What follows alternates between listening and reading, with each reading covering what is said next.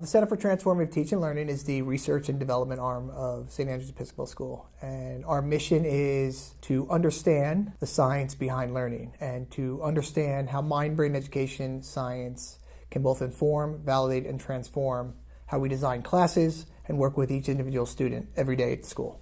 We were looking up a mountain that was pretty steep. I mean, nobody had ever done this before. There was no mind-brain education science research center in a pre-collegiate school before. We had about 40 people in a room for a strategic planning conversation. We had trustees, we had important other stakeholders in the community, and there were key questions on the table. This was immediately post-recession, right? We knew the market was challenging, and we knew that this was a great school that was not known necessarily at that time for being the best at one thing, and one thing that was authentic to us and that we all believed in.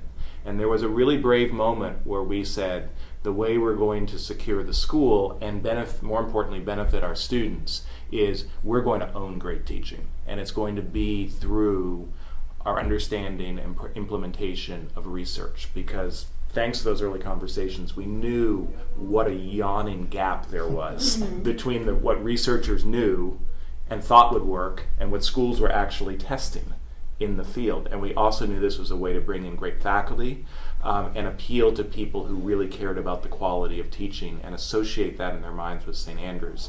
And those multiple perspectives, that sense of, I always call it the Ann Wallace rule, it has to first and foremost benefit our own students, which was really important. And then I think about those connections to the broader worlds of public education, private education, and research, and that entrepreneurial mindset, because the board said has to benefit all students, has to help the profile of the school, and really importantly, and we asked for this, it has to be either revenue neutral or generate income.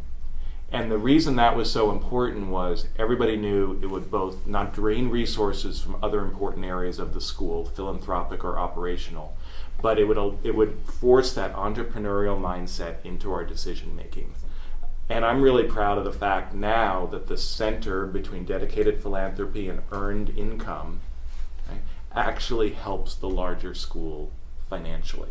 And that has given us not only a great confidence and a belief internally, it has allowed us to approach funders and supporters who otherwise would not be as supportive, because they know we actually test the market value as well as the educational value of what we do. But that moment was really wonderful, because we could have crouched as a school defensively, and we decided to try to be bold. And it was only about a year after that Glenn and I shook hands in my office in April 2011 and said, now's when the center starts. Right? Yeah. Our students are our number one consumers of the research we are trying to get to our faculty. So to think about not including them in the research, in the investigation process behind the science of learning seems a little counterintuitive, or one of the great ironies in education. Too often, the adults at schools, or the adults making policy, don't actually talk and integrate the actual consumers of education into any decisions that are being made.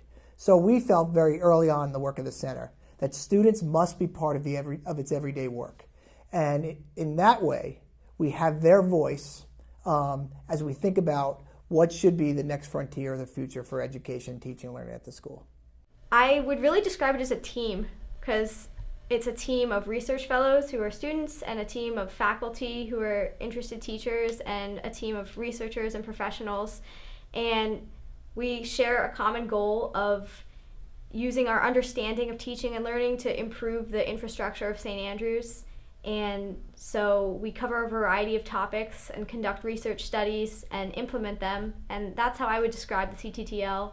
And I think it's just going to keep progressing in the future. It's about what can we do to help elevate the quality of experience for the students, knowing that they're still going to end up at, top schools, have really great experiences once they leave St. Andrews, and be really well prepared. But it's really about how can we improve the experience so that way, from beginning to end, students can really feel like they're growing as people. I mean, the center is built on the work of our faculty. They're the ones who are taking the research, applying it in the classroom, giving strategies to students as they prepare for assessments or do projects. And then they're reporting back to us success or sometimes failure, which is certainly part of the research and iteration process. You need everybody bought in.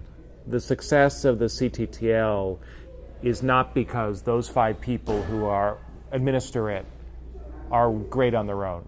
It's because all 100 faculty members at the school are part of it and believe in it. A lot of the work that we are already doing is research informed, and I think it's important to recognize, okay, keep doing the things that you are doing, but this is going to give you other strategies and tools to help improve your teaching. So it's not invalidating everything that you've already been doing, it's really validating many of the things that we've already been doing, and then plus giving us more strategies and tools to just become better educators. Before the CTTL came along, I don't think I was consciously using research to inform my teaching. But as I started reading things, the research helped me see why some of the things I was doing would work. But it also pointed out some things that, I probably shouldn't be doing that. That's not such a good idea.